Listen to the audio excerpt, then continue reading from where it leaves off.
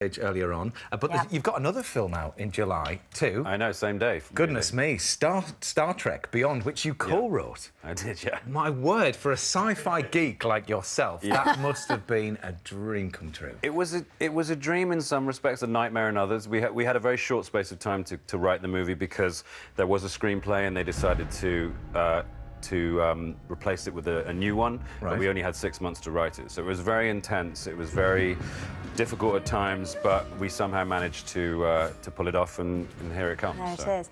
And you basically have fulfilled a lifelong dream, haven't you, playing Scotty? Yes.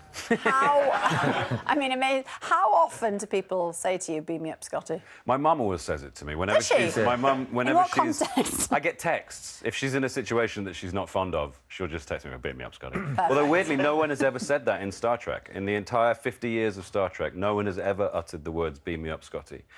Scotty, beam me up, or ready to beam Scotty, or whatever, but never that. I know I was tempted to write it in, yeah. But I thought we can't destroy that tradition of the apocrypha. So what version did you go for then? I can't remember.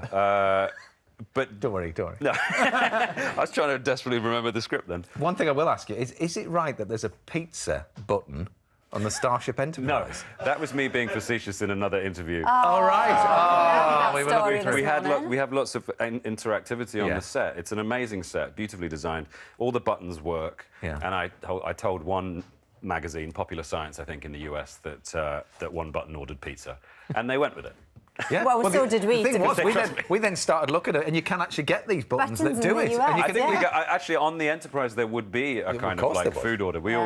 Chris Pine always orders food from the captain's chair when we're on the bridge of the Enterprise. So, and it's a timely movie as well because the film is the villain in the film that Idris Elba plays, called Kral, is a sort of anti-federationist. He doesn't like the idea of the Federation. He hates the idea of all these planets working together in harmony and sort of moving forward. So the villain of Star Trek Beyond is essentially Boris Johnson. Yeah. And you've always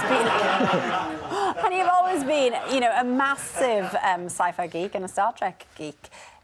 Does the excitement get any less as you get older? Are you still like, I can't believe I'm here, I'm Scotty? I try to always see it through the eyes of my younger self because I never want it to be bland. I never want work to be anything other than thrilling. And I always try and remember, you know, the wonder that I had as a kid watching these kind of films, to be part of it, what I would think then, you know. And it's a lovely sort of circularity to be involved in it now, particularly on this level, getting to write Star Trek and create planets and worlds and species and work with a cast which is the most wonderful group of people I've ever come across. So it's been an honour and a joy. Living the dream. All your dreams come true. Yeah, well, we are looking forward to seeing it. Star Trek Beyond will be released on the 22nd of July.